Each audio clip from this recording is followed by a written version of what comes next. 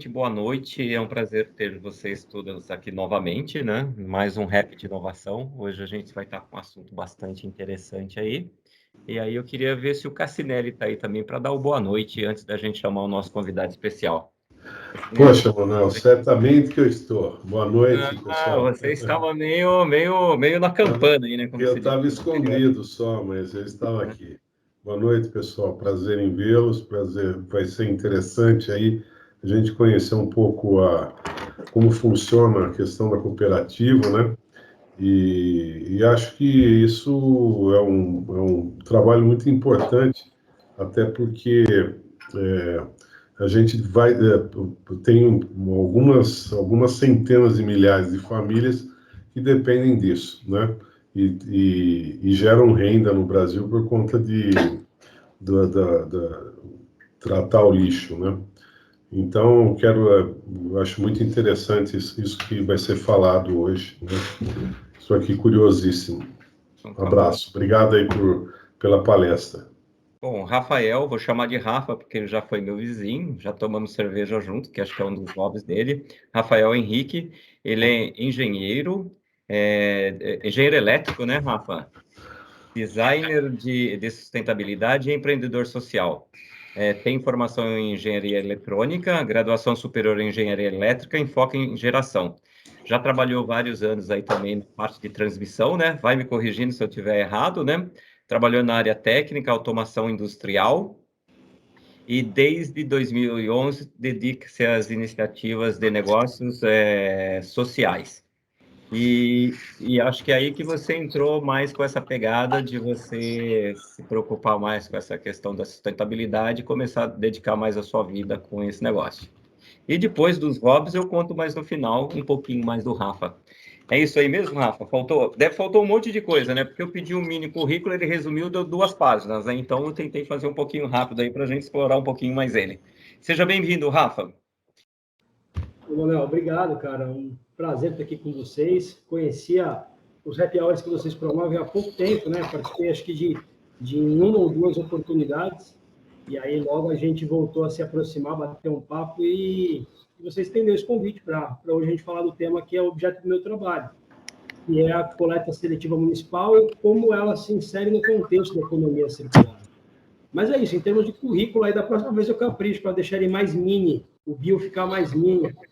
Mas basicamente é isso, eu sou um técnico, cara. Eu sou técnico em eletrônica, sou engenheiro eletrotécnico de geração e transmissão de energia, trabalhei um tempão em 2 segmentos, projetos de automação industrial, e do outro lado eu trabalhava para seguradoras, sendo um engenheiro de riscos, né? A pessoa que fazia as avaliações técnicas de diferentes processos produtivos para ver o risco de dar sinistro, basicamente, né? E trabalhei muitos anos com isso, uma área realmente apaixonante que me proporcionou a oportunidade de conhecer um monte de processos diferentes, né?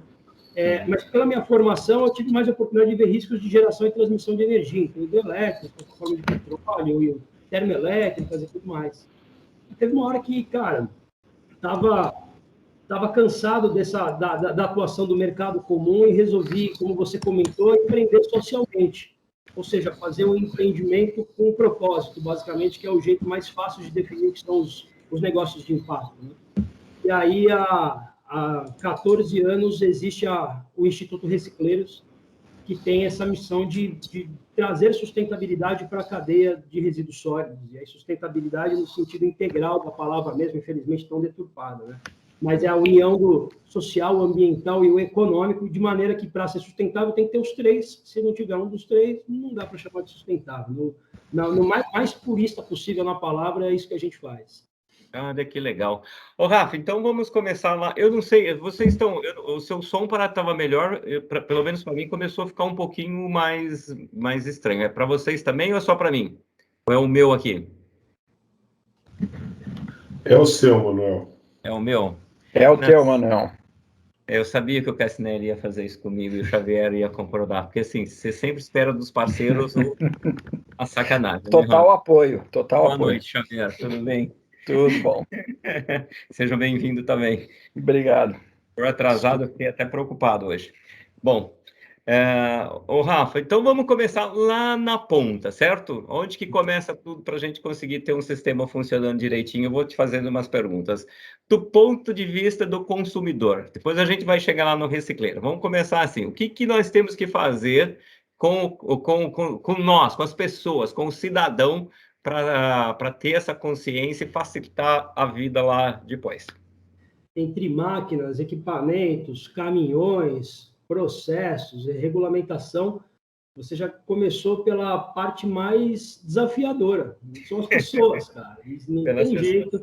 E, pelo menos no que a gente acredita e o caminho que a gente vem perseguindo, as coisas precisam começar nas pessoas porque a gente implementa sistemas de coleta seletiva, o que preconiza o descarte seletivo. Isso tem a ver com mudança de hábito, educação, tem a ver com a maneira como as pessoas são conscientizadas em relação à importância da decisão que ela toma quando ela termina o consumo de algum objeto. Então, a gente está focado basicamente nas embalagens pós-consumo, mas tem toda uma cadeia de equiparáveis, né, que estão presentes na coleta seletiva, nos resíduos sólidos urbanos. Então, o desafio é como fazer as pessoas descartar. Essa é uma ciência que não está, digamos, pronta, cara. E o que a gente vem tendo a oportunidade de estudar nesses últimos 14 anos é um misto de engajamento, orientação e conscientização, não necessariamente nessa ordem, mas também a certeza do serviço bem prestado. Muito difícil converter alguém para começar a fazer o descarte. Muito fácil perder alguém que, por alguma razão, acha que aquilo que ela está fazendo não tem sentido e simplesmente abandona um hábito que demorou tanto para ser cultivado. Então, começa com uma boa prestação de serviço, mas passando por conscientização, engajamento e orientação. E existe assim algum modelo de fora do país que existe essa conscientização? Essa conscientização, ela vai muito por educação ou passa também por uma questão de, às vezes, você ter uma certa punição, um certo pênalti no negócio? Como, por exemplo, cinto de segurança. Hoje, para a gente, é uma coisa que a gente usa mesmo se não tiver multa. Mas, em algum momento, ele teve que ter multa, assim como a questão do próprio capacete de moto, que a gente quebrava as costelas, né, que andava ele só no cotovelo, né, o cotovelo ficava bom, mas quebrava as costelas, e demorou um tempo, e hoje isso daí já incorporou ao hábito. Verdade. Cara, existem algumas segmentos, algumas teorias, né, de como fazer as pessoas mudarem comportamento. A punição, e do outro lado da punição, mas que no final se encaixa na mesma vertente, que é a bonificação, como é que você dá incentivo para uma determinada atitude que você quer que a pessoa tome. Incentivo e punição, eu considero que estejam na mesma cadeia. E tem um outro caminho que, na minha opinião, é mais necessário do que qualquer outra coisa, mas ele é muito mais também estrutural, e como é estrutural de mais longo prazo, que é pelo caminho da educação. A gente gosta muito de estudar os modelos de fora, né? O que fazem, por exemplo, os países europeus terem esses índices altos, né, de reciclagem quando comparado com os nossos, né, de recuperação, principalmente do material pós-consumo. Não estou botando nessa cadeia o que vem do pós-indústria, outras fontes, né, de abastecimento dessa cadeia. E a gente gosta muito de um modelo que rola em Zurique. Em Zurique, basicamente, você paga pela tua geração, em termos de massa, o volume gerado, mas também pelos tipos de material. E aí, existe um modelo que você compra o saco plástico.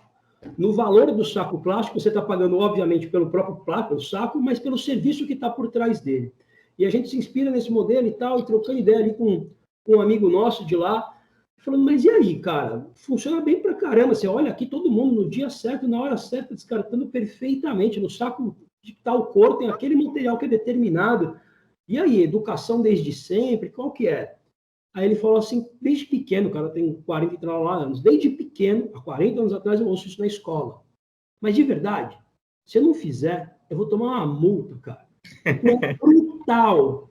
Não tem cancela, não tem catraca no metrô ou nos trans que tem lá.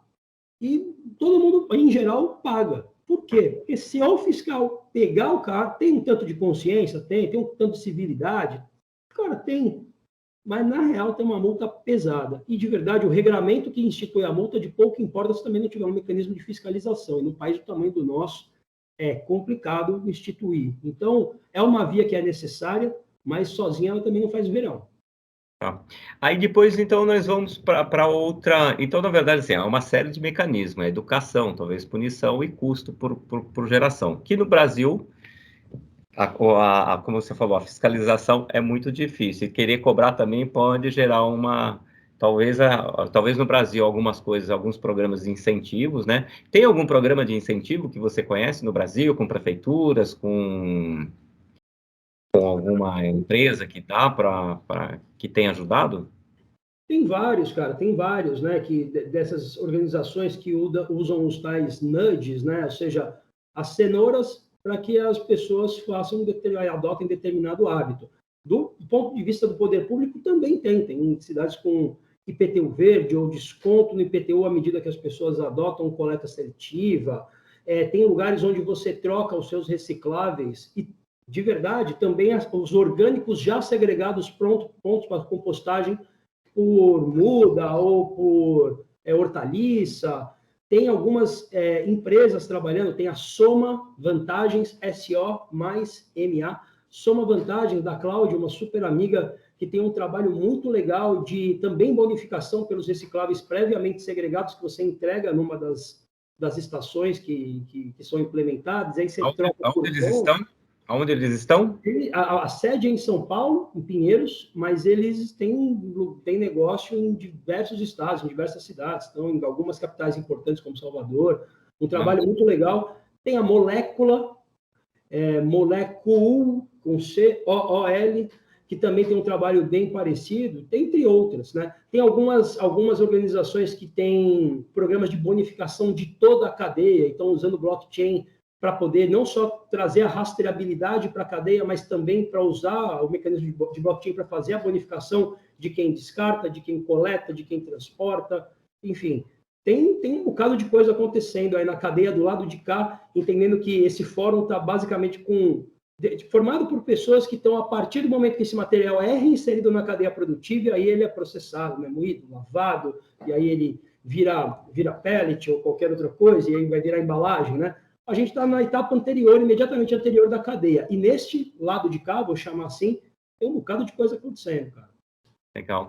Bom, aí nós vamos para uma outra coisa que existe essa controvérsia, né? Que aí acho que você conhece muito bem, que acho que é a tua parte, né? Que sempre diz essa discussão da coleta seletiva e o custo, e baseado em custo, né? Fala um pouquinho sobre isso daí, porque tem muita gente defende ainda que pode estar misturando tudo, a gente trabalha só com o seco e com o úmido, a gente separa também por materiais. O que, na sua opinião, como é que você, no teu conhecimento, o que seria um modelo mais ideal e um modelo que realmente a gente consiga aplicar? Legal. Coletar seletivamente é coletar segregado em pelo menos duas frações, recicláveis e não recicláveis, ou tentando usar uma terminologia mais técnica, a fração seca reciclável dos resíduos sólidos domiciliares ou os urbanos, se você quiser falar de uma maneira mais ampliada, e aquele material que não tem essa classificação, essa denominação.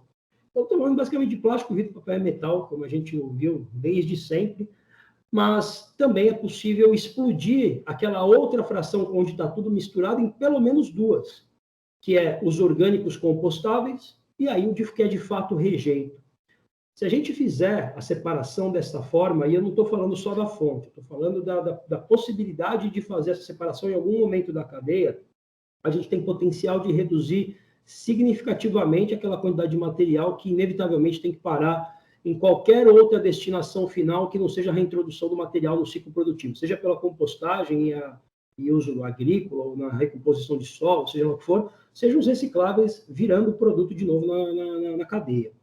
Então, coleta seletiva e descarte seletiva é basicamente, no mínimo, se separar em duas frações.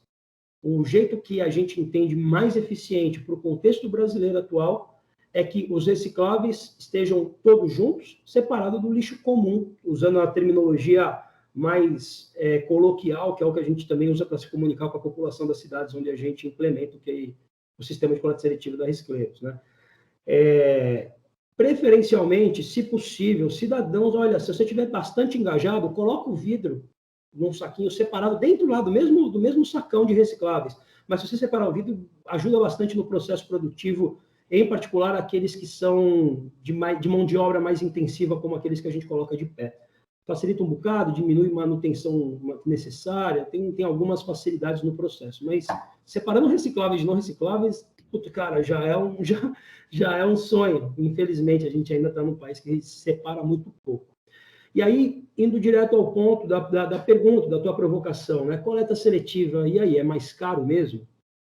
Putz, cara, é muito importante fazer a conta direito e colocar tudo que deve estar na conta.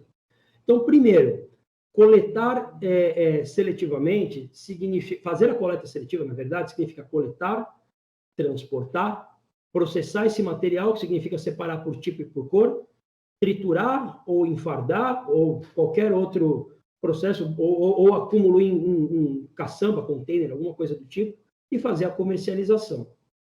E quando essas contas são feitas, né, a comparação do custo da coleta seletiva com a coleta indiferenciada, onde a estrutura é coleta, transporta, transborda, transporta de novo e aterra, a depender de como o sistema de coleta seletiva é implantado, o que a gente vem conseguindo em algumas cidades onde a gente atua é que o custo da coleta seletiva, o custo por tonelada de material coletado seletivamente, é muito parecido, às vezes ligeiramente menor, do que o custo do material coletado de maneira indiferenciada e tendo que pagar todas essas etapas. E por que eu digo que é importante fazer a conta inteira?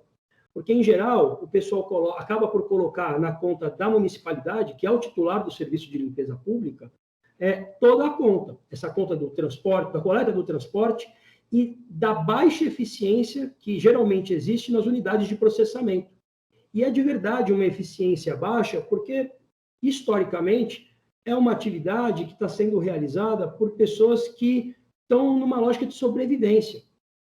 Ô, Rafa, Pois não. Se a gente pegar assim, só para ajudar fazendo as contas, né? Então, assim, se eu entendi direito. Então, quando eu faço tudo misturado, eu vou pegar, eu vou coletar, eu vou para o transbordo, eu carrego novamente e eu pago para aterrar. Uhum. Pago 100% do meu negócio para aterrar. Quando eu tenho a coleta seletiva, eu não vou mais pagar para aterrar. E essa quantidade que eu vou pagar, vai sobrar um rejeito. Você está me dizendo, se eu for muito eficiente na triagem, vai me sobrar muito pouco para aterrar. Então, esse dinheiro, o que eu coloco a mais, talvez, no transporte da coleta seletiva, eu economizo depois no aterramento. Não, uma parte do que você falou contempla a resposta necessária para a tua pergunta, mas ela não é a história inteira. Tá. Vamos lá. Quando os processos de triagem são de baixa eficiência em geral, e quando eles ficam a cargo da municipalidade, assim como está a cargo da municipalidade toda a cadeia até o aterramento do material, o processo fica significativamente mais caro, mas tem uma componente pior. A parte mais cara desse processo é a logística. E a maneira como a coleta seletiva é executada nas cidades, e olha, na coleta do lixo comum não é tão diferente, ela é bastante ineficiente. Por quê? Em geral, o serviço público e os processos de tomada de preço, termos de referência e aí licitação, ele é feito com uma baixa capacidade técnica. Vamos lembrar, são 5.570 municípios no Brasil, a sua imensa maioria de pequeno e médio porte. Quadros extremamente enxutos de gente que nem sempre tem especialidade técnica em todas as cadeiras necessárias para poder tocar uma gestão de uma cidade. E para a gestão de resíduos não é muito diferente. Então, quando o poder público vai fazer um processo de licitação, ele começa a fazer o termo de referência, antes de tudo ele faz uma tomada de preço. Me digam quanto custa para poder fazer a cobertura de coleta de lixo, vou nem falar da seletiva, na minha cidade inteira. Recebem propostas do contrato universalizado e, aqui entre nós, existe sim, cara, muitos contextos onde o processo é cartelizado. Então, as propostas ofertadas, todas, são colocadas num nível de preço muito mais alto do que aquele que efetivamente precisaria existir para ser executado. Então, a gente cansa de encontrar cidades onde fazemos um processo de roteirização, basicamente a sobreposição do mapa viário com o mapa censitário, para entender qual é a quanto a população tem em cada trecho de rua, e com isso a carga de material, carga de resíduos que é gerada em cada trecho, e com isso, né, com um algoritmo que é relativamente simples, o melhor traçado para que o roteiro dos caminhões seja executado, e com isso a gente quantifica qual é a frota necessária para poder fazer o atendimento à população. A gente, fazendo esse serviço, muitas vezes encontra uma frota que é metade, às vezes 1/3 daquela que a prefeitura vem contratando há anos. Então, a eficiência do poder público também mora na eficiência como os contratos são feitos. E na seletiva não é nada diferente. Quando a gente especifica corretamente que tipo de caminhão, com que carroceria, com que aberturas, de que maneira ele tem que ser alimentado, qual é o roteiro ideal e em que ponto do roteiro ele deve encher, qual é o caminho certo para ele chegar até a central de triagem onde ele tem que ser descarregado e voltar para aquele ponto do roteiro e seguir fazendo, a gente consegue proporcionar para a prefeitura insumo técnico para fazer contratações muito mais bem ajustadas. E os tribunais de conta amam, né? Geralmente as prefeituras temem os tribunais de contas estaduais justamente por causa disso, né? Os processos são feitos sem nenhum critério técnico, mete bronca, o pessoal toma ferro. Quando chega com um processo técnico como esse que eu estou descrevendo, cara, o pessoal sorri de orelha a orelha, como o município economiza, e aí sim a gente encontra, Manuel, o equilíbrio dessa conta, do custo por tonelada coletada, transportada num caminhão que cabe muito menos material, porque você não pode compactar demais os recicláveis, então você torna o processo de separação muito ineficiente, ainda que o caminhão caiba muito menos material, muito menos massa de material, o processo com esse grau de eficiência e a localização da central de triagem, geralmente dentro do próprio município, não viajando 70, 80, 90 quilômetros até o aterro, faz com que o custo seja bastante equilibrado. E tem mais uma componente na maneira como nós estruturamos os sistemas de coleta seletiva. A responsabilidade do município termina na descarga desse material reciclável na porta da unidade de processamento de materiais recicláveis, da UPMR, que a gente coloca de pé em cada uma das cidades onde a gente trabalha. Por quê? Porque existe a componente da logística reversa, eu acho que esse não é um assunto que é novidade para ninguém aqui. Como o setor empresarial que comercializa produto embalado precisa fazer uma logística reversa, a gente traz esses recursos para financiar o resto do processo, que é o processamento, a separação por tipo por cor, o enfardamento e a logística de outbound. E essa receita da logística reversa, somada com a receita da comercialização dos materiais, conseguem garantir a eficiência econômica do processo sem expropriar o trabalho de ninguém. E a gente sai de uma lógica de observar trabalho de catador, que na média ganha R$570 por um processo muito ineficiente, a uma lógica que ninguém, nos sistemas que a gente coloca de pé, sai de casa para voltar no final do mês com menos de um salário mínimo líquido no bolso, depois de pagar todos os impostos, de trabalhar com saúde, segurança, ergonomia e tantos outros atributos que são necessários para qualquer trabalhador nesse país. Então, é uma subversão à lógica vigente e ela é necessária, porque senão a gente vai viver esse marasmo de coleta seletiva custa de 3 a 5 vezes mais do que a coleta comum, como diz os estudos da Price, que são feitos há tantos anos. E esse tipo de coisa acaba ficando na cabeça, porque a gente vê um estudo como esse e depois não revisa mais, né? Os estudos não estão errados, viu, Manuel? Os estudos são bem feitos, com rigor técnico. A questão é como os processos que estão sendo analisados por esse estudo estão implementados. Essa é a questão. Não tem otimização do processo, né? Nenhuma. Nem de coleta, nem de transporte, nem de processamento. Eu vou te fazer uma pergunta que acho que mais ou menos você respondeu, mas só para deixar mais claro também. Tem alguns lugares que ainda o pessoal fala o seguinte: se você não conseguir fazer a seletiva, você pelo menos faz a separação e coloca embalagens diferentes, que isso pelo menos facilita lá na triagem. Isso faz sentido ou não faz sentido? Infelizmente faz sentido. Por que faz sentido? Porque não existe lugar nesse país que não tenha reciclável sendo recuperado, de novo, por uma lógica de miséria vigente. Então, pegar alguns dos materiais com maior valor econômico é estratégia de sobrevivência nos 4 cantos desse país. Não importa onde você vá, você vai ver sempre que um sucateiro... Você vai ver até alguns administradores públicos dizendo: na minha cidade não tem catador. Aí você pergunta: tem sucateiro na sua cidade? Não, sucateiro tem. Bom, se tem sucateiro, tem catador, né? De algum lugar. Seguramente é uma fonte de abastecimento importante para o sucateiro o trabalho dos catadores individuais. Mais organizados, menos organizados, às vezes motorizados, às vezes arrastando uma carroça, às vezes com o seu cavalinho arrastando a carroça para si. Mas tem catação no Brasil inteiro, isso não dá para negar. E aí, quando você, mesmo que não tenha coleta seletiva, o serviço instituído na sua cidade, quando você separa, você está, pelo menos, facilitando a vida desse indivíduo. Ou quando os materiais são coletados de maneira indiferenciada, mas chegam nos aterros ou nas estações de transbordo, onde existe um trabalho que, para mim, também não deveria existir, que é a separação, a recuperação dos recicláveis do resíduo descartado de maneira indiferenciada. De novo, né? Estou falando aqui de falar de maneira muito clara, é separar latinha de alumínio de espiga de milho, é separar fralda de bebê de garrafa PET, é disso que a gente está falando. Quando existe esse tipo de trabalho, ou mesmo agora, vamos lá, nos grandes centros, as primeiras triagens mecanizadas com grau de automação maior e tudo mais, isso facilita a vida do processo mais ou menos mecanizado. Então, separe. Nem que seja para ter o hábito, para quando a coleta seletiva chegar, e uma hora ela vai chegar, você já ter isso incorporado. Separe, coloca em embalagens diferentes.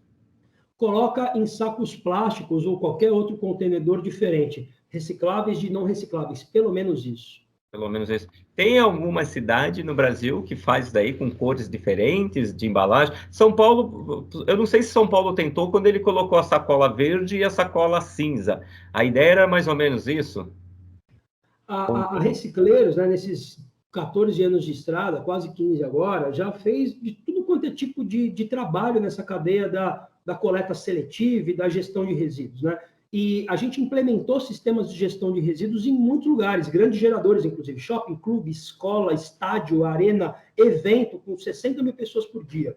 E a utilização de cores para identificar os canais. E aí eu não estou falando só da sacola, começa na sacola, mas passa pela lixeira, passa pelo veículo, passa pela sala onde aquele material vai ficar acumulado. A utilização de cores, quase como um códice, a cor e o símbolo, inclusive, a gente se preocupa, cara, com o Pantone na comunicação, com o tipo de símbolo que tem que ser diferente. Não adianta ter 2 símbolos de reciclável e escrito reciclável e não reciclável. Isso confunde.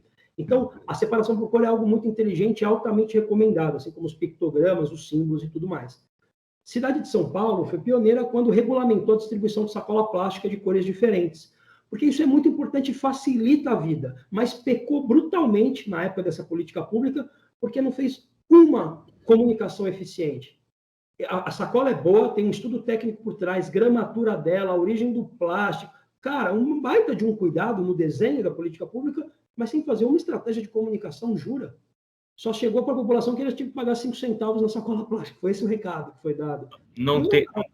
Não teve educação. O Edson, só um segundinho, eu já vou ficar mais um pouquinho com o Rafael, eu já abro geral para pergunta, pode ser? Que tem mais... Tá, porque hoje acho que eu vou deixar mais vocês fazerem perguntas, só para a gente já encerrando aqui. Rafael, aí depois, bom, o que a gente vê também, né, quando a gente fala dessa parte, assim, do próprio negócio ser viável, quando ele está separado, a gente vê muitas cidades que, às vezes, o caminhão do catador, a cooperativa tem, ela passa até antes e já retira todos os resíduos e leva embora, né, isso eu considero que está pagando, inclusive, o transporte de tudo isso, essa logística, né, e ainda ele consegue fazer valor lá na frente, né.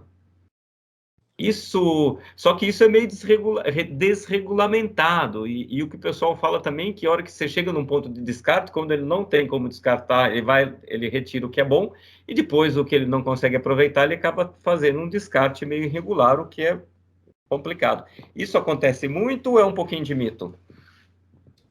Cara, acontece muito. Quando a cadeia está desestruturada, Manuel, acontece de tudo, cara. E aí, quando eu falo da cadeia desestruturada, é a ausência de uma política pública, que, por consequência, acaba na ausência de um serviço público bem estruturado.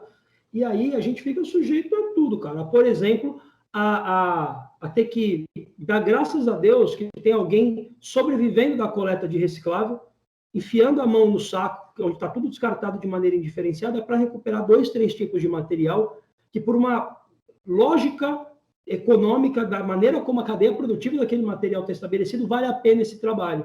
Quando aquele material é de mais fácil compactação e o valor econômico é alto, porque a nossa matriz energética tem uma determinada característica, como é o caso do alumínio, por exemplo, ou o papelão, que, se bem acondicionado, dá uma densidade relativamente boa para alguém arrastar uma carroça com tração humana para poder, de novo, né, cara, sobreviver com 500, 600 conto no bolso no final do mês.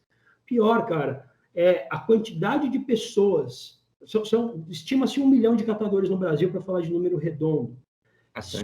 Só 10, 15% desses catadores estão organizados. E olha, eu não vou nem falar em que condições estão organizados de trabalho, mas a maioria dos catadores trabalham arrastando carroça na rua, ou pior, trabalhando em lixão, que é um crime ambiental por natureza, inafiançável, mas eu nunca vi um prefeito ser preso por estar usando lixão, isso é um capítulo à parte.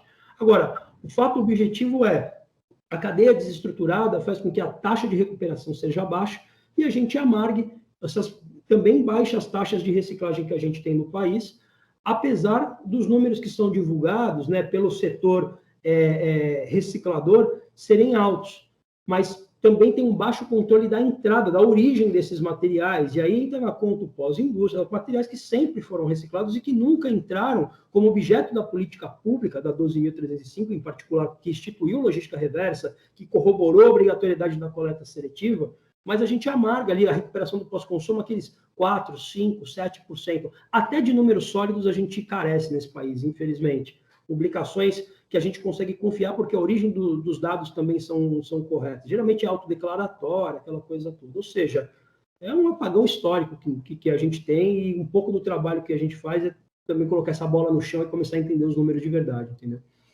Rafa, vou fazer mais 2 perguntas para a gente abrir, tá? A primeira pergunta é o seguinte, recicleiros. Então, vai lá da coleta seletiva e chega também lá na triagem, você ajuda a montar a triagem, ajuda a treinar o pessoal da triagem, ajuda eles comercializarem, e depois dessa comercialização que eles fazem, para onde vai? Legal.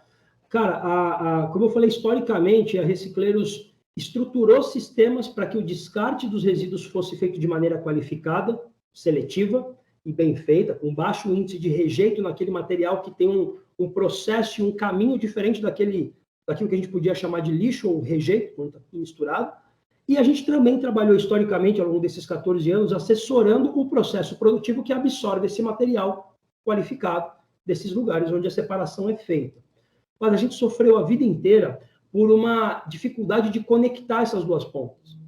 Às vezes, quem nos contratava para fazer um processo de qualificação do seu descarte num condomínio, na sua escola, ou seja lá o que for, estava, do ponto de vista logístico, muito distante de uma organização de catadores também assessorada por nós, que, depois de trabalhar capacitação, governança, captar recurso para poder implementar um processo produtivo melhor, cooperativo, cara, de todas as vertentes, administrativo, produtivo e humano são os eixos fundamentais que a gente trabalha, as organizações de catadores, era muito difícil conectar essas duas pontas. A gente padecia, às vezes, cara, depois de um trabalho hercúleo, numa ponta ou na outra, de um lado, não ter para onde mandar aquele material que estava bem descartado, prontinho para entrar no processo de separação, e do outro lado, depois de 1, 2, 3 anos trabalhando com a organização de catadores, veio a prefeitura daquela cidade simplesmente interromper o serviço porque não previu na lei orçamentária a continuidade da coleta seletiva para o ano seguinte, ou porque isso é coisa do prefeito anterior, ou seja lá o que for. Então, a gente decidiu parar de fazer essa atuação nessas pontas e só trabalhar fazendo exatamente isso, mas de maneira integrada. E quando a gente olhava para a necessidade de fazer de maneira integrada, a gente olhou para 2 caminhos, vamos para o público ou vamos para o privado. E por uma questão de escala, de pulverização e principalmente perenidade de uma ação que é colocada, a gente decidiu ir para o público. Quando a gente decide ir para o público, a gente entendeu que é necessário para que um sistema de coleta seletiva funcione, ligando essas duas pontas, de 4 coisas, e que, na verdade, é método para recicleiros trabalhar em qualquer projeto que coloca a mão. Estruturas, processos, comunicação, regulamentação. E indo de trás para frente, no nosso caso, o que significa regulamentação? Chegar numa cidade e instituir uma lei municipal de coleta seletiva, depois suportar a prefeitura para fazer de maneira devida os bons contratos de coleta e de transporte, fazer também com que a prefeitura... Se você é aquilo que você estava falando, fazer um bom contrato, é fazer a logística, fazer rota, fazer periodicidade, tudo. Fazer a parada toda, ajudar a prefeitura e as suas procuradorias a estabelecerem os bons processos e os bons contratos com os fornecedores e com a organização de catadores local, que é a beneficiária daquele material previamente segregado. E tem a ver também com a maneira como a gente planeja a coleta seletiva, para os próximos anos. Então, esses instrumentos todos juntos são mecanismos de resiliência do sistema, para que não fique sujeito ao humor de um prefeito que, de repente, sei lá, diz, olha, quero que contrate aí nessa cooperativa 15 pessoas que votaram em mim. Não, cara, isso é uma cooperativa autônoma, não tem essa. Então, vai acabar com a coleta seletiva. Não existe isso. Não nas cidades onde a gente trabalha. E aí tem duas componentes muito importantes que eu preciso ressaltar aqui. Primeira, a Recicleiros tem essa envergadura e trabalha desse jeito, porque somos juridicamente constituídos como uma organização sem fins lucrativos e assim a gente opera. O que não significa que a gente trabalha numa cadeia de filantropia ou depende de doação para fazer o nosso trabalho. É uma lógica de negócio, como eu disse, negócios de impacto, né, Manuel? Mas, do ponto de vista jurídico, já que a gente vem de uma escola de negócios de impacto que visa a não distribuição de lucro, mas o pagamento de salários, a gente busca pagar salários cada vez melhores, a exemplo do que é o Estado não distribui lucro, paga, a depender da sua posição, bons salários. Para ter bons técnicos, né? Para poder concorrer com um banco que está atrás das melhores mentes. Então, a gente tem essa envergadura e essa possibilidade de se conectar com as prefeituras nesse sentido. E, numa segunda vertente, a gente só trabalha com as cidades que estão afim. Então, anualmente, a Recicleiros abre um processo seletivo, as cidades se inscrevem para receber o aporte técnico que a gente tem para ofertar para elas. Então, só vem as cidades que estão afim. Mas veja, a gente está indo para o nosso terceiro edital esse ano. A gente fez o primeiro em 2018, selecionou 3 cidades, foi o nosso primeiro piloto. Tivemos 600 cidades inscritas, a cidade abessa. No ano seguinte, quando a gente tinha 12 vagas por programa, foram mais de 1.000 cidades, foram quase 1.100 cidades inscritas, querendo receber o aporte técnico, que não é só aporte técnico, também traz a reboque recursos para poder assessorar a organização de catadores, para poder equipá-la, para que ela esteja pronta para absorver esse material. Então, vou voltar ali naquela lógica onde eu estava descrevendo a regulamentação, e disse o que a gente coloca ali de pé em termos de regulamentação. Estruturas e processos. Estamos falando das rotas corretas, do caminhão correto, dos roteiros sendo executados de maneira devida e auditados, ou seja, medição daqueles contratos. Estamos falando das máquinas certas no lugar certo, sendo executado o serviço corretamente por aquele catador que até ontem, cara, estava ali arrastando uma carroça, mas que agora, dentro de uma unidade produtiva, e mais do que isso, e é muito importante isso que eu vou falar agora, por não ser um programa de assistência social, mas de inclusão socioprodutiva, tem uma parcela daquelas pessoas que estão em vulnerabilidade e dependendo da catação, que eventualmente não conseguem entrar para trabalhar num processo onde tem máquina, tem horário, tem dia para receber. Uma pessoa que está passando por um processo de drogadição, por exemplo, ela não precisa de um trabalho, precisa de tratamento. Uma pessoa que tem uma idade avançada, mas que não conseguiu se aposentar e está trabalhando na reciclagem para sobreviver, ela não está precisando de um trabalho, ela está precisando se aposentar. E uma pessoa que tem uma deficiência, por exemplo, e não conseguiu trabalho em lugar nenhum, e encontrando a catação, seu modo de sobrevivência, ela precisa de um benefício de prestação continuada. Então, a gente não faz assistência, mas a gente está perto da assistência social dos municípios onde a gente trabalha, porque quando a gente faz esse processo, a gente não exclui. Essas pessoas que não são incluídas nesse processo formal têm uma oportunidade, uma via de saída para se tratar, por exemplo, e aí sim está apta a poder ingressar no grupo. Ou a não necessitar arrastar uma carroça ou trabalhar arrastando bag dentro de uma cooperativa de catadores o dia inteiro e poder finalmente ter o seu descanso depois de uma vida de trabalho. Agora, veja, quantas pessoas com baixo nível de escolaridade precisam trabalhar entre os quase 14 milhões de desempregados que a gente tem nesse país? Quantos egressos do sistema carcerário? Quantos transgêneros? Quantas mulheres em idade laboral, mas que passaram uma vida dependendo de um homem, que estava em casa e passando por, sei lá, que processo de subjugamento e, de repente, tomou coragem de sair de casa e agora não tem um trabalho. E tem 5 filhos pendurados. Cara, essas pessoas todas precisam de um trabalho e a catação é um posto de trabalho muito democrático que pode abraçar, oportunizar para essas pessoas o ingresso não só no mercado de trabalho, cara, mas numa vida em sociedade. Por isso que a gente faz também, tem um outro nome, chama promoção da mobilidade social, que é permitir que uma pessoa ascenda de classe pelo trabalho, pelo seu esforço. E aí a gente quebra uma cadeia. O filho do catador, o neto do catador, o bisneto vira catador, e de repente, cara, a próxima geração, o cara, se quiser virar catador, é por opção e porque aquele negócio pode estar sendo bom, porque ele está colocando 2, 3 mil reais no bolso, a depender do futuro que se descortina aí pela frente. Ou ele pode escolher fazer outra coisa, mas ele comeu, ele foi para a escola, porque o pai tinha trabalho. Então, é uma subversão mesmo à lógica vigente que a gente procura fazer, isso está na nossa missão estatutária, por isso que a gente faz o que a gente faz. Falei alongado pra caramba, né, bicho? Foi mal. Não, muito legal. Eu tenho mais pergunta, mas eu vou abrir. Eu vou abrir para o pessoal perguntar. E aí depois, eu vou deixar o pessoal perguntar, depois você só me conta como é que o recurso para fazer tudo isso. O Edson tinha levantado a mão, eu cortei, pode perguntar. Vamos lá, na verdade, o nosso segmento, a nossa parcela do segmento, né? Nós somos os compradores do resultado do trabalho do Rafael. Então, a gente sempre acredita, né, que eu tenho que estruturar e participar da estruturação da cadeia como um todo, né? Imaginando uma situação que uma empresa do porte da nossa compra a nível do Brasil, em momentos chegou a importar sucata, é uma realidade, né? Qual é o caminho para a gente se aproximar do município e oferecer um serviço da empresa do Rafael? Essa é a primeira situação.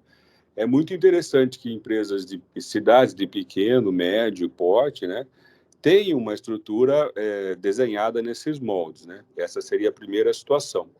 A segunda situação é de onde vêm esses recursos, né? Porque nós sabemos que a viabilidade econômica existe, e não estou falando em 500, 600 reais por catadora. A gente conhece o segmento e tem gente que opta em ficar na reciclagem porque ganha mais do que a atividade de empregado com carteira registrada. Essa é a realidade, tá?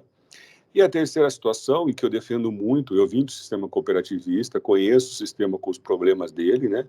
Mas eu defendo a atividade econômica como geração de recursos para o município. Quando a atividade da reciclagem ou do lixo é destinado a uma ambiental, isso está sendo explorado por uma empresa, por um capitalista que fez um contrato com a prefeitura, com o município, e vem explorando isso ou não explorando. Ele ganha para explorar uma situação.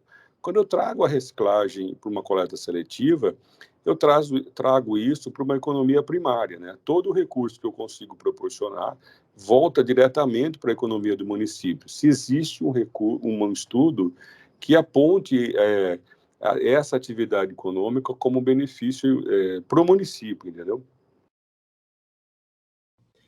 Beleza, eu me lembro de duas perguntas. A primeira eu não me lembro. Fonte de financiamento, como é que a gente avalia do ponto de vista econômico? Eu acho que é o princípio, a gente podia traduzir como princípio da economicidade para o município, se está sendo cumprido ou não, um princípio legal. Eu esqueci a primeira pergunta, Edson, desculpa. A primeira pergunta é que, assim, todos nós somos ligados à atividade econômica, aos políticos da região, né? A nossa região aqui, nós temos acesso a 20 municípios, né? Se eu tivesse que apresentar o teu trabalho, o trabalho da tua empresa, para 20 municípios regionais, qual é o caminho? Porque cada indústria de reciclagem tem interesse em que a atividade seja incrementada, né? A gente não... Os recicladores, não é que eles são contra as ambientais ou os lixões, mas eles preferem que existam cooperativas que separem para que isso tenha uma oferta maior, entendeu? É isso. Na verdade, como a gente indicar empresas para se inscreverem em projetos como o teu e elas terem acesso a isso, né? Porque o que a gente vê é que pequenas cidades, elas não implementam não por falta de necessidade, por desconhecimento, né? Hoje é por desconhecimento. Perfeito, obrigado pela pergunta, pela lembrança, que já estava me fugindo da memória. Eu vou então começar pela tua primeira, né? Só tem um jeito hoje de um município ingressar no programa Cidade Mais e receber esses benefícios. É por meio do edital que a gente faz anualmente.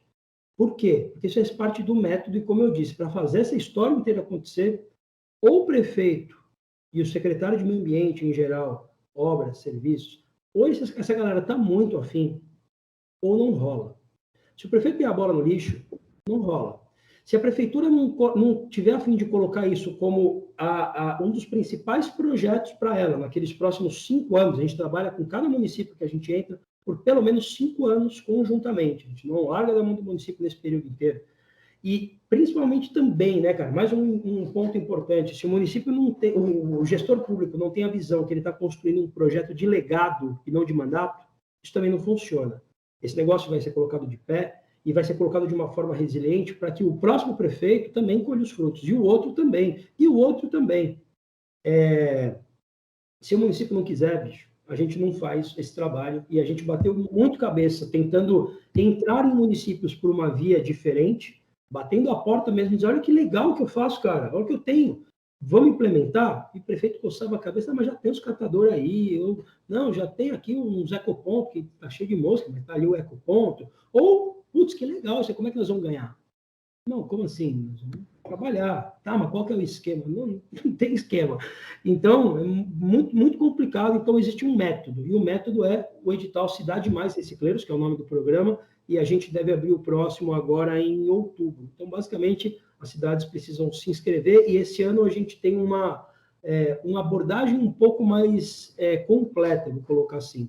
Este ano, antes de fazer o processo de seleção, efetivamente, a gente vai fazer um processo de qualificação dos gestores públicos. Por que qualificação? Porque o gestor público precisa aprender como fazer um texto legal para regulamentar a coleta seletiva, aprender como fazer a consecução da contratação de uma organização de catadores, aprender a como adaptar o Conselho de Meio Ambiente da cidade para que tenha um caráter deliberativo sobre a coleta seletiva. Então, isso a gente resolveu oportunizar para todo e qualquer município que quiser. Porque mesmo que ele não seja selecionado pelo programa Cidade Mais, tem vários outros programas de logística reversa, de embalagem pós-consumo, que tem recurso, que busca bons territórios para poder fazer esses investimentos, e às vezes não encontram organização de catadores formada, ou mesmo um município que dá as condições para que o investimento para a formação de uma cooperativa seja viável. Então, a gente busca beneficiar toda a cadeia, como eu falei, cumprimento da missão estatutária, quando a gente faz o processo primeiro de qualificação aberto para quem quiser, e aí a gente seleciona aqueles que vão, os melhores da sala, vamos brincar assim. A segunda resposta, a segunda pergunta, né? Da onde vem o dinheiro? A Recicleiros, cara, criou há alguns anos já e vem experimentando isso, né? Atuando na cadeia de logística reversa, basicamente, um mecanismo financeiro, econômico, para a viabilização desse trabalho. Basicamente, quando a gente seleciona um município, no desenvolvimento de uma das nossas entregas para o município, que é o Plano Municipal de Coleta Seletiva, é pegar aquele Plano Municipal de Gerenciamento Integrado de Resíduos, que fala de todos os resíduos, de todos que têm que ser gerenciados na cidade, pegar o capítulo de coleta seletiva e transformar ele num plano tático operacional. A gente consegue, nesse planejamento, pelas curvas de geração de resíduos, a quantidade de recicláveis, as taxas de recuperação, a zona de cobertura e a progressão da coleta seletiva, estimar quantas toneladas serão recuperadas em cada lugar onde a gente trabalha nos próximos 5 anos.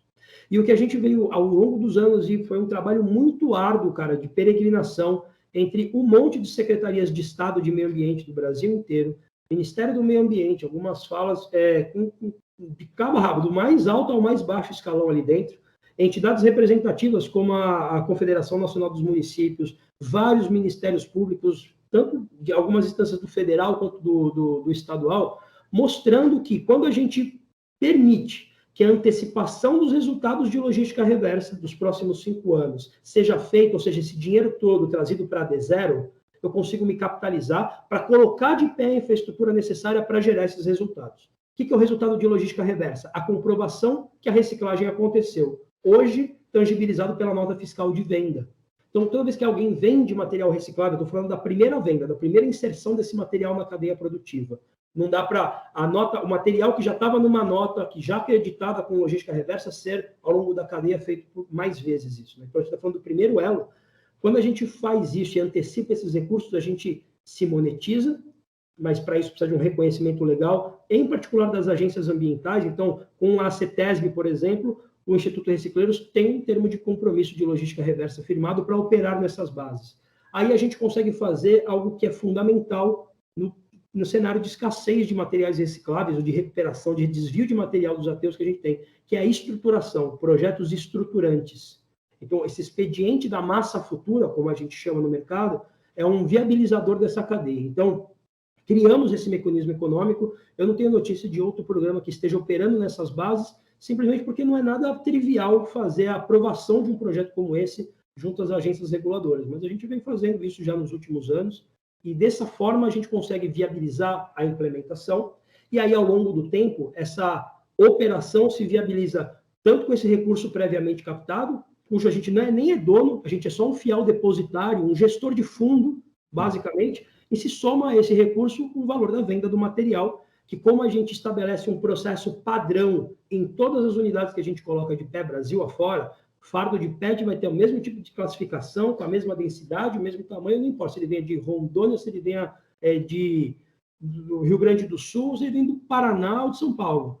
E aí a gente, com essa uniformidade da operação, também consegue fazer a conexão com lugares mais longes da cadeia compradora desse material, saindo ali daquela lógica do atravessador, mas indo falar diretamente lá na outra ponta, como falei com o Manuel esses dias, com o brand owner, que está interessado em ter carga de PCR na tua embalagem, mas está ali naquela lógica de comprar resina virgem. Então, espera um pouco, dá uma olhada nesse material que eu tenho, com rastreabilidade, com alto grau de qualidade na separação, com padrão e regularidade. Então, aí isso vem descendo ao longo da cadeia até, de fato, chegar no reciclador, que é o endereço que a gente recebe. Onde você quer que eu entregue? O reciclador está na cadeia de fornecimento para o brand owner. Então, a gente vem construindo desse jeito. Para não dizer que não falei das flores, né, também existe uma outra fonte de financiamento que é própria, é a gente financiando a própria causa, que são alguns serviços pontuais de consultoria que a Recicleiro segue fazendo. Por exemplo, a gente ajudou a 2 consórcios do estado do Ceará a criarem as suas políticas públicas de coleta seletiva. São 26 municípios, a gente só desenhou, a gente não implementou, mas a viabilidade jurídica, econômica, os contratos e tal, a gente entregou isso, foi um mecanismo que trouxe recursos para Recicleiros, e a gente coloca isso dentro do programa, porque essa é a nossa atividade fim. Então, esse mix de receitas permite que a gente faça o que a gente está fazendo, novamente, numa lógica de mercado. Apesar de ser uma ONG, numa lógica de mercado. Legal. Ô, Rafa, eu acho que o Leandro vai fazer uma pergunta, depois eu vou ler a pergunta que o Eduardo fez. Agora, eu só queria uma coisa assim, vamos lá, o Elinho que está ali, ele é o prefeito da cidade, aí ele vai lá e ele passou no edital. A cidade tem custo para isso, ou a cidade, ou vocês que organizam todo essa... O que a cidade tem que fazer de investimento? A cidade não tem custo, ela tem responsabilidades e contrapartidas. A cidade hoje já coleta os recicláveis, só que ela coleta tudo misturado com os outros materiais, tudo dentro do mesmo sacão preto e vai tudo para aterro e tem esse custo. Quando a gente institui o processo de coleta seletiva e ajuda a cidade a fazer um bom contrato, não só da coleta seletiva, mas também do lixo comum, a gente faz com que esses contratos, tem um jeito de fazer esse desenho, faz com que, conforme eu cresço a quantidade de recicláveis coletados de maneira separada, a quantidade de recicláveis que está dentro do caminhão compactador começa a cair. E mesmo que a densidade desses materiais seja baixa, ou seja, em termos de massa, seja pouco significativo, o que ocupa espaço no caminhão é volume. E aí, pela densidade, a gente consegue ver a quantidade de caminhões na frota de compactadores coletando lixo comum caindo.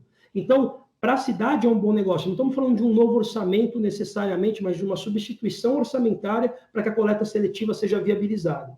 E nesse contexto, basicamente, ela tem que cumprir a responsabilidade de coletar, transportar e entregar no endereço da unidade que a gente coloca com recursos 100% privados. A cidade não tira dinheiro do bolso para colocar de pé o sistema de processamento. Ela coleta e transporta como ela já vinha fazendo, só que de um jeito diferente e mais eficiente. Basicamente é isso. Muito legal. Eu vou deixar, acho que o Leandro vai fazer uma pergunta, está com a mão levantada, depois o Eduardo, eu faço a sua pergunta logo na sequência. Olá, pessoal, boa noite, estão me ouvindo? Estou te ouvindo. Sou Prestígio aqui, prestigiando meu amigo Rafa, grande amigo Rafa. Tudo bom, Rafa? Fala, Leandro. Saudade de você. Também, cara. Cara, enorme prazer, assim, participar desse bate-papo como ouvinte, assim, aprendendo muito, né? Até porque eu sou um completo ignorante no assunto, embora com enorme interesse no tema, né? Então, assim, Rafa, por que é tão difícil falar de lixo, né? Ou sobre o lixo, né? Porque seja nas escolas, propaganda de alcance nacional, comunicação, enfim, se é um tema tão relevante, por que não vemos nenhum engajamento assim das autoridades para com a população? Ou se de fato há um engajamento, por que assim não existe uma boa comunicação a respeito do tema, né? Será que tem muito a ver com o que você mesmo disse, que não é um problema de mandato tem a ver com o problema de mandato e não de legado, né? Como foi dito aqui, ou seja, não se trata de repente um tema tão tangível, que não é um tema tangível, portanto ele não se torna factível aplicá-lo, de repente? Putz, Lê, a questão é estrutural, velho, e tem tudo isso que você falou e mais um pouco. Vamos lá, isso não tem nada a ver com síndrome de vira-lata, mas é Brasil. Brasil, no contexto de política pública que a gente tem, com maturidade que a gente tem dos gestores públicos, e quando eu falo maturidade, não tem só a ver com o espírito republicano necessário para alguém que se preza a ser um gestor público, mas tem a ver com capacitação técnica. Não só do gestor, mas dos quadros técnicos da galera toda que estão nas secretarias espalhadas. Isso tem a ver com interesses. Lixo, cara, historicamente, é um financiador de campanha. E estou sendo muito claro e muito objetivo aqui, entendeu? Sem muito papo na língua. E quando a gente observa isso, é conveniente que a gestão de resíduos seja feita da maneira que é. Com pouco zelo, com pouca métrica, com indicadores de performance e de eficiência praticamente inexistentes. Se tem no máximo, quando se tem uma balança rodoviária na boca do aterro, lembrando que 60% dos municípios desse país usam um lixão, ainda usam lixão, estou falando da disposição a céu aberto, do lixo de qualquer maneira, e o que a gente vê, cara, é esse cenário devastador. E aí, veja só, como é que a coleta seletiva geralmente começa numa cidade? Está lá o prefeito, que recebeu uma cidade, que se candidatou, se elegeu e tal, recebeu uma cidade ali, e vamos supor que o cara seja bem intencionado, está ali trabalhando. E, de repente, chega o Ministério Público do Meio Ambiente e diz assim, lixão, você tem que fechar esse lixão, isso é crime ambiental, você vai ser indiciado. E o prefeito, mas caramba, eu acabei de chegar, se vira. Aí o prefeito, cara, vai lá e faz um contrato emergencial para transportar lixo, todo misturado, a 150 quilômetros da cidade dele, gastando uma fábula. E aí, beleza, né? Vou seguir aqui, vou cuidar, fazer uma boa licitação, daqui a pouco eu estou operando melhor. Aí chega o Ministério Público do Trabalho e diz, tinha 150 catadores ali no lixão. Como é que você tira o trabalho dessa galera? Se vira, implementa a coleta seletiva, ele, puta que coleta. O que ele faz? Pega um barracão, o próprio público qualquer, geralmente sem ventilação, banheiro precário quando existe, e enfia aquela galera lá embaixo. Enfia. E a galera começa a trampar. Não está impedida de entrar, a zona do lixão está encerrada, começa a trabalhar. E como a coleta seletiva não estava instituída, o prefeito entrega lixo. 50%, 60% de rejeito naquela quantidade de material que chega. E a galera sem nenhuma infraestrutura, a gente que estava trabalhando no lixão até ontem. Aí chega o setor empresarial, que é obrigado por lei a fazer logística reversa, sem também muito critério técnico, isso vem mudando, preciso reconhecer, mas até pouco tempo atrás era assim, diz aí o que vocês precisam. E os caras olham em volta e falam, puta, precisamos de uma prensa. E aí os caras vão lá e dão uma prensa. Custa lá, bota 60, 70 mil reais e compra uma prensa enfardadeira de 25 toneladas. E gasta 50, 60 pau na prensa e não lembra de separar 2 mil reais para ligar o trifásico. E a prensa fica 2 anos parada. É assim que funciona. A gente cansou de rodar o país e ver prensa empoeirada, tomando poeira 2 anos encostada num canto, atrapalhando, porque se ela não está trabalhando, está atrapalhando o processo produtivo. Esteira doada maior do que galpão. Você entendeu? Compra caminhão, que a cooperativa vai fazer a coleta seletiva. Quem falou que botar caminhão na rua pelo preço do material para coletar de porta em porta, paga o preço do diesel. Do diesel, não vou nem falar da manutenção preventiva e da gestão da frota. Ou seja, vai na louca. Essa é a tradução. Vai fazendo. E aí a gente tem o quê, Manuel? 4 a 6 vezes mais caro a coleta seletiva, 3 a 5 vezes mais caro a coleta seletiva do que a coleta convencional. É assim que a gente vê o rolê acontecendo no país. E é por isso que precisa uma boa dose de engenharia de produção, planejamento, mínimo de planejamento, cara. E é por isso que a gente está trabalhando com estruturação, botando de pé onde não tinha. Ô, Rafa, eu tô rindo aqui porque essa história de ter prensa... Obrigado, Leandro. De ter esse negócio de ter prensa parada, de prensa que sumiu, de... Como é que se fala? Do caminhão mesmo. Outro dia eu falei assim, o caminhão está parado porque não compensa coletar.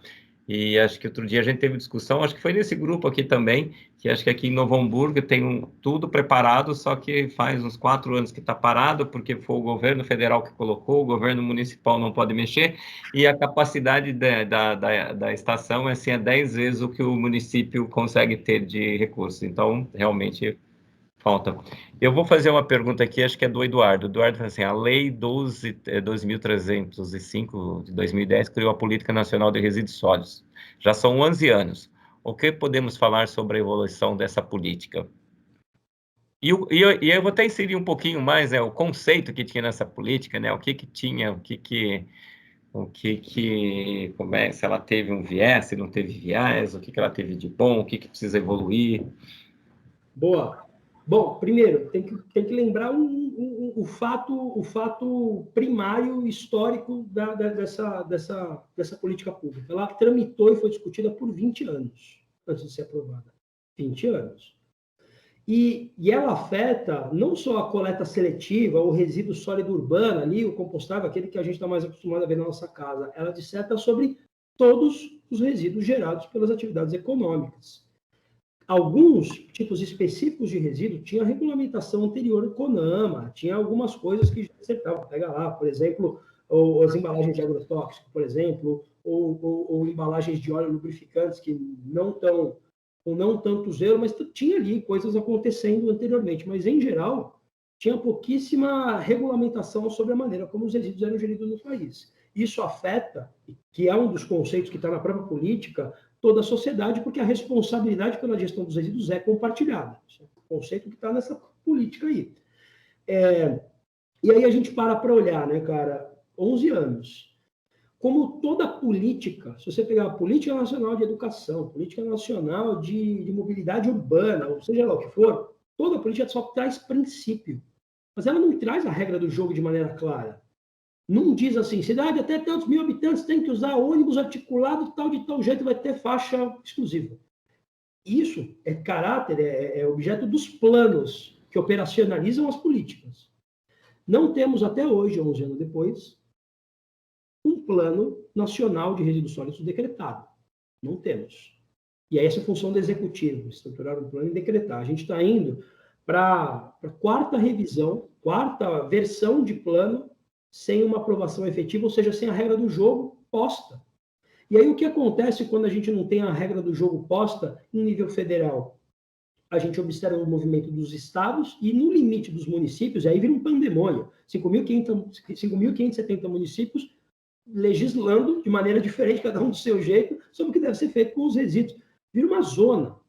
Então, assim, muito do que está colocado naquela lei como princípio está muito longe de ser cumprido. E, de verdade, seguidamente, os prazos, os mais importantes, por exemplo, o encerramento dos lixões, ou a obrigatoriedade da implantação da coleta seletiva, ou a efetivação da logística reversa enquanto responsabilidade do setor empresarial, está bem distante de ser levado a cabo tudo que está colocado naquela lei. Agora, existem avanços. Na logística reversa de embalagem pós-consumo, à luz do que está colocado na lei, a gente vem observando os investimentos para a estruturação de sistemas de recuperação de material pós-consumo, a gente vem observando os investimentos crescentes e coisas importantes acontecendo. Está bom, está pronto, mas nem de perto. Mas tem rolado. A gente tem exemplos de outras cadeias, por exemplo, e também por uma existência, como eu falei, de regulamentação anterior, mas o programa Campo Limpo de logística reversa das embalagens de agrotóxicos é um exemplo no mundo. No mundo. A gente, por um tempo, operou de maneira bem interessante a cadeia de recuperação dos pneus. Então, a gente tem boas coisas acontecendo. Precisa de verdade de um misto de técnica com vontade política para a gente ver essa história avançar. Não falta conhecimento técnico, não falta tecnologia dentro do país ou fora dele para a gente importar, mas a solução está aí. E não é diferente de verdade para outras tantas cadeias, outras tantas políticas que a gente tem no país. A gente volta para o conceito estrutural, né? Não é síndrome de vira-lata. De novo, nós estamos no Brasil, estamos aprendendo a ser civilizado de verdade, né? Mas Rafa, esse é papo para outro arrepiado, né, Manuel? Esse vai ser papo mais longe. Esse papo... Não, então, já que você falou esse papo do happy hour, para a gente só dar uma quebradinha aqui também na questão do happy hour, né? A gente tem que considerar também que o Rafael é mestre cervejeiro. Eu acho que foi a cerveja com o maior teor alcoólico que eu tomei até hoje. Foi aquela que você levou lá, você lembra? Eu lembro, uma quadrúpel de panela feita à mão, bate 11,5% de álcool. 11,5%. A gente achava que os nossos vinhos tinham álcool, aí ele foi assim. Aí o Cassinelli tinha feito uma pergunta, mas eu acho que já passou. Ele falou assim: por que que você entrou tudo nisso? Acho que você já respondeu, né? E o Rafa tem essa pegada também que a gente que é vegetariano de nascença, nada de carne, nem hambúrguer nem hambúrguer de vegetais. Você come ou você come um hambúrguer de vegetal? Cara, esses hambúrgueres de vegetal, eles tentam imitar o gosto da carne. Como você falou, eu sou vegetariano de nascença. Eu não como carne pela razão mais legítima, que eu não gosto, cara. Acredite se quiser, o que eu gosto de cerveja, eu não gosto de carne, nem de frango, nem de peixe, então não vai. Apesar da minha família inteira amar a carne, fazer aqueles churrascos homéricos, eu sempre fui o patinho feio, até a hora que eu comecei a tomar cerveja. Então, minha parte no churrasco é cerveja, tá tudo certo. Mas eu não como carne mesmo, cara. Aí ele falou assim, amante dos esportes, que eu acho que é prancha, né? Que deve ser um surf, eu não sei se entra o skate aí também, né? E essa parte multi-instrumentalista aí a gente não sabia. Essa foi nova aqui para mim, hein? Eu toco um monte de coisa, tudo mal, mas eu toco um monte de coisa. Eu toco mal pra caramba, eu sou um músico frustrado, não tive a pachorra, a paciência de estudar de verdade nenhum instrumento aí na minha vida para dizer, puta, eu toco bem tal coisa, mas toco gaita, percussão, violão, me dá na mão, eu batuco qualquer coisa aí, mas sai mais ou menos, sai mais ou menos. Mas está ótimo aqui, porque aqui eu também tenho um monte, e tem gente que comprou ali, que eu não vou entregar aqui, mas daqui a pouco ele se levanta, que foi lá, comprou o melhor piano que tinha na loja, e até hoje acho que não nem abriu a tampa, né? Mas é bonito, tá lá um móvel bonito na sala. Pessoal, tá aberto para perguntas aí. Vocês fiquem à vontade, porque senão eu começo a perguntar mais uns 5 minutinhos aí para não ficar cansativo para o Rafa, que o Rafa ainda acho que vai jantar, né, Rafa? Eu ainda vou jantar, aqui eu estou 1 hora atrás, aqui ainda é 8h15. Você vai jantar e tá sem um coisa. O Cassinelli tá quieto hoje, hein, Cassinelli? Pois é, Manuel, né? Eu estou vendo que você está me provocando aí, mas olha, o piano ficou num lugar fantástico. Ó, eu não falei quem que era, hein? Não, eu sabia que você queria que eu me manifestasse, né? Mas olha, o piano ficou assim ajustadinho, né? Móvel bonito. Foi o Móvel mais maravilhoso. Pode o negócio desse, Xavier. Agora tem o Xavier ali que é especialista no jazz, né? Ele tem uns 10 violões, mas ele toca todos, né? Eu toco e coleciono. Negócio desse ano, né? Muito bom. Ai. Bom, isso até gente... a mulher dá um basta aí, porque tem uma hora que ela diz, tá, chega agora. Eu ouço muito isso, viu, cara? Mais um batuque nessa casa. Pô, mas olha que instrumento de percussão lindíssimo. Instrumento de percussão, chama mais um batuque para tomar poeira. Pô, mas eu gosto tanto. Fora as duas pranchas, né, que vão juntando, os skates, as pranchas de sul, aí vai entulhando, cara. E para quem já fez cerveja sabe que precisa de panela. Então, e aí vai. A gente vai acumulando. Ô, Rafa, pode falar, Cassinelli. Posso falar, mano? Olha, pode. Rafael, assim, estou aqui pensando e refletindo tudo que você falou, né? Você fez aí Bom, antes de mais nada, eu queria te dar os parabéns pelo trabalho que você vem realizando. Você fez uma inclusão social completa, né? Só o fato de você fazer uma análise de qual é a demanda que a pessoa que vai lá, às vezes forçada porque não tem opção, né? Você dar o direcionamento, isso é simplesmente louvável, né? E a gente sabe que o Brasil precisa muito disso, né? Infelizmente, a gente tem 14 milhões de desempregados, sendo que a grande parte desse pessoal aí não tem muita opção, até porque não tem educação, né? E vai continuar dependendo dessas ações, né? Desse tipo de ação aí. Então, eu queria te dar os parabéns, né? Eu nunca admirei um cara vegetariano, mas agora estou admirando. Pronto, cara. Tá vendo? Ai. Então, e eu acho que tem essa parte que ele colocou assim, é de quebrar esse ciclo também, né? De você conseguir trazer renda para as pessoas, que os filhos dele façam isso como uma opção e não como uma necessidade a mais. E dentro daí, aí eu te pergunto, né, como é que nós do setor, como é que a gente consegue contribuir, principalmente nessa parte da educação, da gente ajudar a formar, principalmente na área que a gente tem uma expertise, que hoje a gente tem um grupo grande aí, que a gente tinha falado lá dentro aqui do grupo, dentro da plataforma que a gente está criando, de como a gente conseguir aproximar e falar assim, olha, a gente precisa treinar, a gente precisa falar um pouquinho mais de plástico, a gente precisa falar sobre o processo de plástico, onde se utiliza, como é que a gente faz para melhorar propriedades, essas coisas, para a gente ver se a gente consegue também contribuir, trazer o setor para contribuir, que também é corresponsável com tudo isso, né? Seguro, né? Como está na lei lá, a responsabilidade é compartilhada, e se todo mundo não decidir trabalhar junto em prol de um objetivo único, que no final de contas é aumentar a quantidade de material pós-consumo na cadeia. Acho que a demanda é muito clara, seja porque tem viabilidade econômica, e é importante nisso, num contexto onde a gente fica dependendo de valor de commodity, fica aí sujeito ao mercado, seja porque tem compromisso global das empresas com cada hora é um termo, né? Mas vamos agora brincar de ESG, né? Então tá todo mundo agora falando, pô, eu tenho os compromissos zero, na embalagem neutra até 2030. É mesmo, me mostra, como é que você vai fazer isso daí? Porque parar de vender, você não vai. Vai ter uma política de retornável, sensacional, muito importante. Tua matriz de embalagem inteira vai ser retornável, como é que você vai fazer essa história? Não. Aí tem uma parte de redução, né, de olhar para design da embalagem, e tem uma política de recuperação, de colocar PCR na minha embalagem.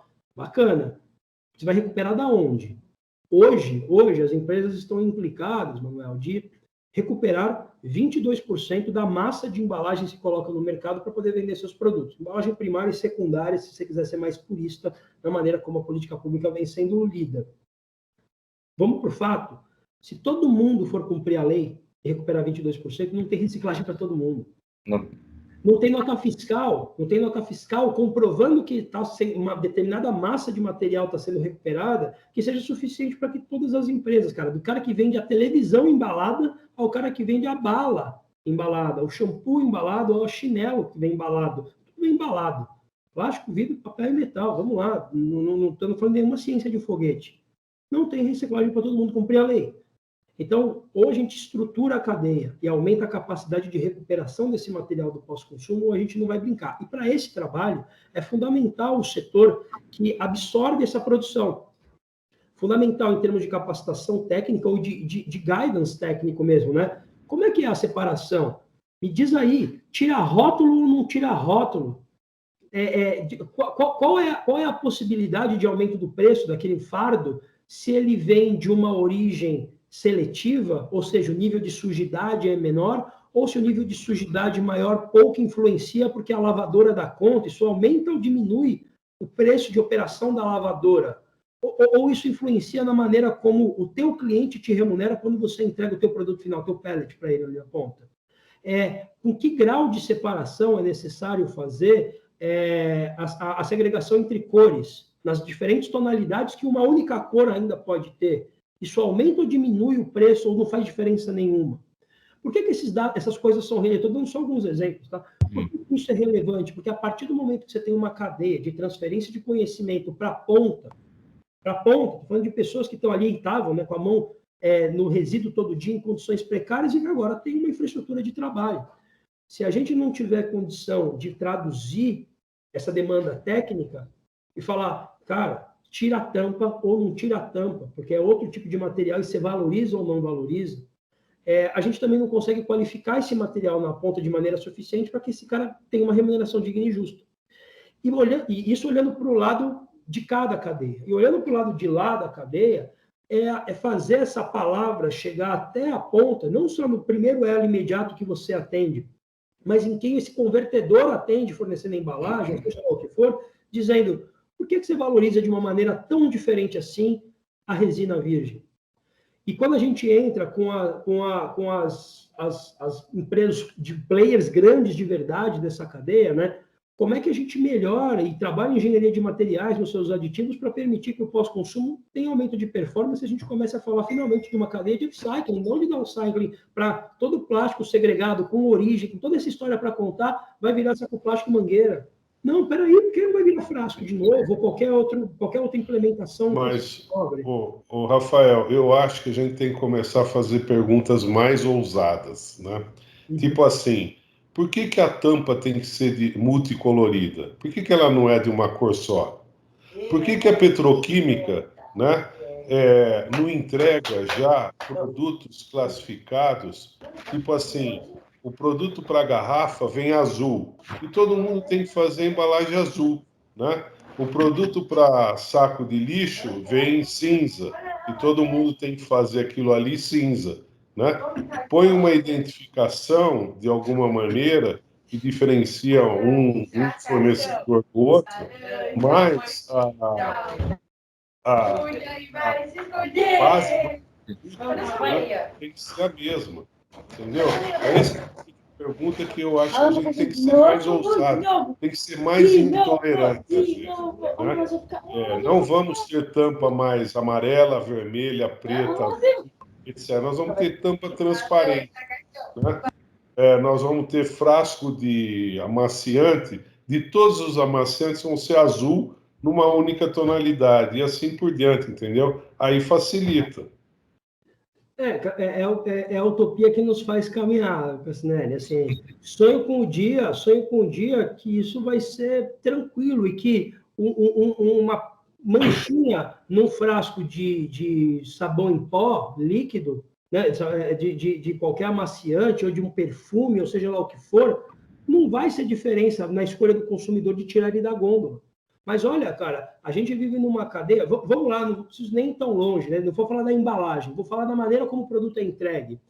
Quando a gente vê uma marca de amaciante falando, agora eu vou vender concentrado, vou colocar num frasquinho desse tamanho algo que tem o mesmo poder de ação do que o frasco que eu vendia desse tamanho aqui. Vai ser mais barato, vai ser mais eficiente na logística, vai ter menos massa de material para eu recuperar, está mais eficiente a cadeia. O que faz o concorrente que está imediatamente do lado na gôndola? Faz um negócio mais diluído desse tamanho aqui. E o consumidor pouco educado, olha para preço, olha para o produto e não pensa duas vezes em tirar aquele frascão. E aí a gente vai bater de frente com as estratégias de marketing, de comunicação, de design de embalagem, das empresas, cara, que estão drivadas por uma única questão: vender mais, e mais, e mais. Eu fico esperançoso de verdade com a maneira como essa agenda ESG vem sendo encarada. E como isso está ligado diretamente com o valor das empresas aí, cara, na Bolsa, mundo afora. Eu acho que tem uma luz no fim do túnel. Eu só espero que não seja um trem vindo na nossa direção. Mas acho que aí tem uma luz no fim do túnel e quem sabe a gente chega nesse ponto de ter um acordo setorial, por exemplo, em dizer, vamos todo mundo vender num único tipo de frasco, e aí a gente vai competir pela qualidade do que está dentro e não pela embalagem que está fora. Eu sonho com esse dia. Espero ver isso acontecer em vida. Ô, Rafael, e o que você estava falando começa a fazer muito sentido, porque a gente começa a questionar essa questão da própria ética dessas empresas grandes em fazer isso. Então, eu não vou falar a marca, mas outro dia eu fui comprar uma caixa de bombom, tem uma caixa desse tamanho, a hora que você olha, a quantidade está aqui. Então, eles estão entrando numa questão ética e de sustentabilidade, porque é bom ir lá e falar que está fazendo sustentabilidade, carbono zero, uma série de coisas, e depois a prática do dia a dia não está fechando com o que está na declaração, né? Às vezes você tem que desembalar de novo e desembalar de novo para finalmente colocar a mão no produto. Às vezes, a gente, e olha, estou falando de quem fornece para essa cadeia. A gente vê o valor dos relatórios de sustentabilidade, do fotógrafo ao design que faz a diagramação linda, ser muito maior do que o valor da própria ação reportada no relatório. A gente cansa de ver. É o mundo tal qual ele é. E o que eu gosto de dizer que é um dos princípios da permacultura, uma técnica de design para sustentabilidade que me é muito cara, tem um princípio que fala: posicione-se no fluxo. Se você quiser bater de frente, até rola. Eu adoraria ser um ambientalista mais ativista e que fosse imbatível, fazer as ações de guerrilha. Eu acho animal, lá o Sea Shepherd, a galera do Greenpeace, mas eu não sei trabalhar assim, eu procuro oferecer solução.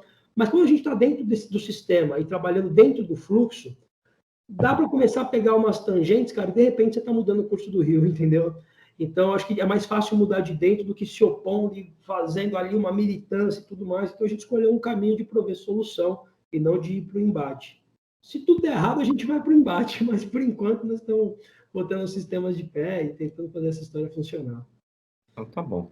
Bom, pessoal, se tiver mais alguma pergunta, senão nós vamos encerrar, que o Rafa tem que jantar. Tem mais alguém? Ou o pessoal também está querendo jantar? Todo mundo quietinho. Eu só queria agradecer aí, pô, foi excelente a tua explanação. Eu acho que esse vídeo aí tem que ficar, Manuel, tem que ser divulgado aí, porque é um case aquilo que a gente ouviu hoje. Então, muito legal. E o Nicolete deixou ali o contato dele para entrar em contato contigo aí, Rafa. Eu acho que o Manuel pode passar depois. Eu mando o contato dele, ou ele que tem essa parte de reciclagem, Rafa, que é esse negócio de ligar as pontas, né? Eu acho que ele está lá, faz sentido aí, que ele é uma grande empresa de reciclagem e trabalha nessa parte aí de ser cliente seu lá na ponta, né? E eu acho depois. Isso que te falasse, Manuel, e o Rafa complementou ali, as empresas têm que mudar. Elas vão ter que mudar, porque assim, não dá, a gente não aguenta, o planeta não vai aguentar esse nível de consumo, esse nível de irracionalidade que a gente está colocando no nosso dia a dia, né? A gente está vendo aí os resultados, né? E eles podem piorar muito, né? Então eu acho que a gente tem que começar a parar de falar e começar a fazer.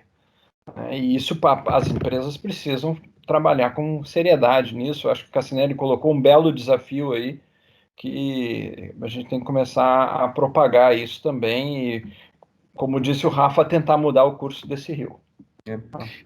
Eu acho que a primeira coisa que eu acho que foi muito legal, Rafa, porque todo mundo sabe o que não é o seu negócio, né? E aí, quando a gente vê uma conversa que nem a tua, que conhece profundamente, que ativamente, acho que acaba mudando. Então, por isso que o Xavier colocou, o Cassinelli também, a gente divulgar bastante, porque é super importante para mudar esses conceitos que a gente tem. Às vezes eu vi isso e fico com esse negócio na cabeça. Depois você entende mais, estuda mais o assunto e tem muito mais clareza, né? E com mais informação é muito mais fácil você tomar decisão, né? Então, acho que dessa parte foi. Mas eu quero só fazer a última, que é minha, tá? Para te liberar. E depois eu vou te levar uma cerveja. Leva uma cerveja do Mário lá.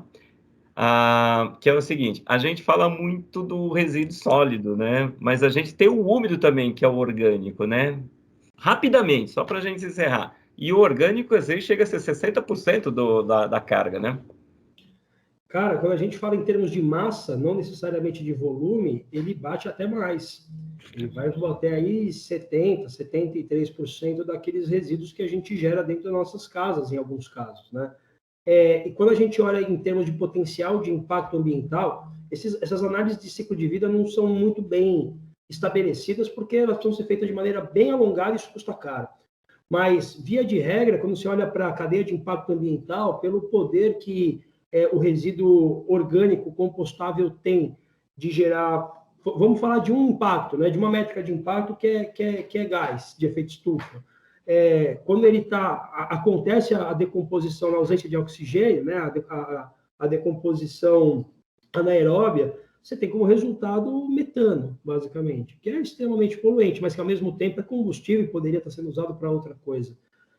E a facilidade e o baixo custo dos processos de gerenciamento dos resíduos orgânicos, cara, fazem com que a compostagem, por exemplo, ou mesmo a biometanização para poder usar esse gás, sejam altamente viáveis do ponto de vista econômico.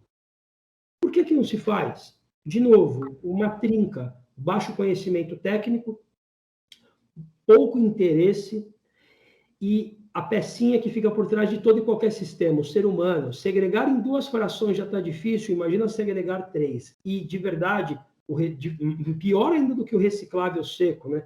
misturar os orgânicos com os recicláveis e com o resto do lixo comum praticamente inviabilizam a sua separação se a gente quiser dar um destino um pouco mais nobre. Você até consegue ali nos balísticos da vida, nos trômeros da vida, fazer a separação de uma parte daquele orgânico que chega misturado. Mas pela maneira como ele foi coletado e gerenciado, impede que ele seja utilizado para finalidades nobres, por exemplo, em alguns cultivos, né? Então, de novo, a estruturação da cadeia é praticamente inexistente, mas o potencial que existe nesse mercado é gigante, cara. Não só o potencial do ponto de vista econômico, mas de mitigar um passivo ambiental que a gente vai ter que lidar pro resto da vida, a geração do lixo. Então, mais um desafio na conta aí, Manuel. Mais um trabalho não falta, cara. Então tá bom. Rafa, a gente fica te devendo. Achei fantástico mesmo. Parabéns aí. Eu já te conheci há um bom tempo. Vejo há bastante tempo que você militando, trabalhando firme nesse negócio aí. Hoje eu tive uma visão muito melhor, que acho que do que você está fazendo é uma coisa assim que faz sentido em termos de para a gente conseguir engajar e ver o que a gente pode ajudar, porque faz sentido como ser humano, faz sentido a hora que você falou, cuidando de pessoas, fazendo esse negócio sustentável, não ser um assistencialismo, mas ele ser sustentável economicamente, e é o que viabiliza a perpetuidade desse negócio. Obrigado mesmo, te agradeço aí de coração aí por você ter aceitado aí o convite, e de vez em quando aparece aí nas nossas lives, e se tiver alguma coisa que você quiser que a gente divulgue, e a gente vai ter um prazer da gente colocar na nossa rede e pedir para o pessoal divulgar cada vez mais esse trabalho que você tem feito. Show de bola, obrigado pelo espaço aí, pela oportunidade, cara, conta comigo, e a gente, o que a gente puder ser útil, estou à disposição, qualquer dúvida, qualquer sugestão, crítica ou elogio, está 100% aberto. Não estou falando só por mim, não, estou falando pelo time da Recicleiros todos, somos quase 70 hoje, espalhados aí pelo Brasil todo. Então, está à disposição, cara. Esse time todo está à disposição, antes de qualquer coisa, da causa que a gente defende. Então, tá bom. Aqui no Sul, você tem alguma prefeitura, alguma coisa aqui que dá para conhecer?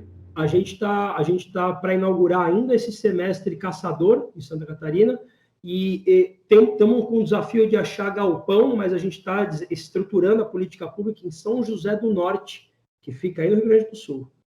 Então, estamos na região sul, nessas duas cidades. Subindo um pouquinho para o Paraná, a gente está trabalhando e terminando de fazer a implantação em Campo Largo, também roda ainda esse semestre. Então, em cada um dos estados aí do sul, a gente tem pelo menos uma operação. Em São Paulo, a gente está indo para a terceira aqui. Tá bom. Uma hora eu vou me convidar para ir até uma dessas para ver. Rafa, brigadão, uma boa noite aí para você, boa noite a todos e obrigado mesmo. Obrigado a você, gente. Isso aí, gente. Obrigado aí.